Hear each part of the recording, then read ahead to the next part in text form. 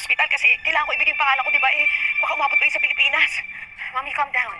Sa mga nalaman ni Carlos sa ginawa ni Moira, ay agad niya itong tinawagan. Galit na galit siya at sinabihan si Moira kung bakit niya ginawa yun. Sa kabila ng maraming bagay na tinutulungan siya lang-alang kay Zoe, kung bakit pati siya ay hindi niya pinalagpas. Sinabi naman ni Moira na wala siyang plano na masaktan siya. Ang gusto lang niya ay takutin siya dahil umano sa OA na pagtulong niya dito kay Zoe. Hindi niya sukat akalain din na sa loob ng bahay na yon ay si Lynette ang maaabutan ng mga tauhan niya. Sinabi ni Carlos na hindi mo ba alam dahil sa ginawa mo ay hanggang ngayon nagkakatrauma pa rin itong kanyang asawa at muntik pang ang matay maging ang kanyang anak na si Harry. Sobrang galit ni Carlos, halos isumpa na nga niya si Moira. Sinabi niya rito na sana nga lang daw hindi na lang siya ang naging mami nitong si Zoe dahil siya umano ang pinaka-worst na ina na hindi dapat tularan. Fact na hindi mababago ni Carlos dahil ang katotohanan, si Moira ang nag-iisang ina nitong si Zoe. Sinabi niya rito na kayang-kaya niyang ilaglag itong si Moira at iurong ang pagtulong sa kanya at hayaan na lang itong bumagsak kung gugustuhin niya dahil lang sa sobrang galit nito. Ngunit gate naman ni Moira na hindi oras na para sisihin siya. Ang magandang gawin ay kalimutan na lang kung anong mga nangyari. Isang maling desisyon na umano, natitigil siya sa pagtulong nitong si Moira dahil kapag nangyaring bumagsak umano siya, hindi lang umano daw siya ang babagsak. Sisiguraduhin daw niya na madadamay ang lahat-lahat maging siya. At maging ito nga si Zoe ay madadamay din dahil malalaman ng lahat ang ginawa niya sa matanda. Sinabi na rin ni Carlos kay Moira na dahil sa kanyang pinagagawa, ang kanyang tauhan ay nagsalita at maaaring ikanta siya sa oras nga na di siya tulungan na makalaya sa bilangguan. Binablackmail umano siya nito.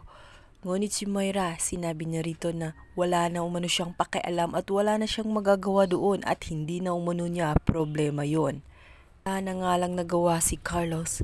Batid niyang unti-unti na nga silang sinusundo ng karma at naniningil na nga ang kasamaan na kanilang pinagagawa dahil sa totoo din naman ay talagang kasabot siya sa mga pinagagawa ni Moira at damay talaga siya sa oras na malaman na nga nila ang lahat-lahat.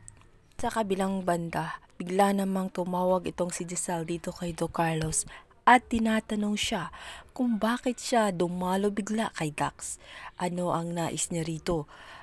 At hindi niya ba daw alam sa kanyang ginagawa ay nakakuha si Dax ng isang magaling na abogado na posibleng mapapawalang bisa ang kaso na inihain sa kanya.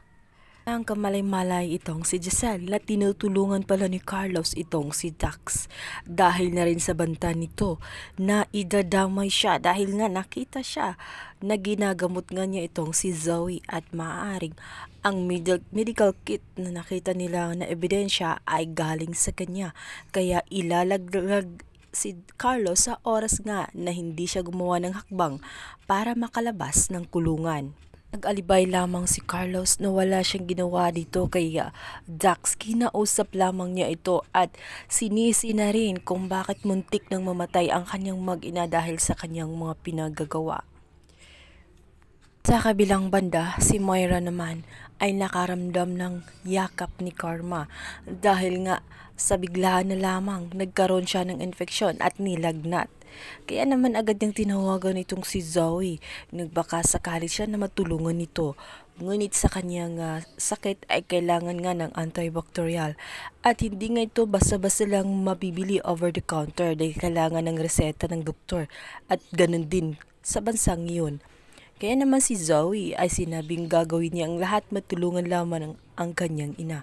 Ano kayang sakit ang mayroon itong si Moira? Nangako nga si Zoe na pupuntahan niya ang kanyang ina kinabukasan at i-text na lang daw sa kanya ang address. Bagay na hindi nalaman ni Zoe na sa likuran pala nila ay nakikinig itong si Doc Lyndon at rinig na rinig ang salitang mommy. Kaya naman sinabi niya rito kung kausap ba daw niya ang kanyang ina at huwag siyang magsinungaling sapagkat narinig niya ang lahat-lahat. Nag-alibay naman itong si Zoe at sinabi niyang inilihim lang muna niya ang lahat-lahat at ayaw niyang laman ng kanyang ama dahil gusto niya siya mismo ang humuli at makadakip sa kanyang ina.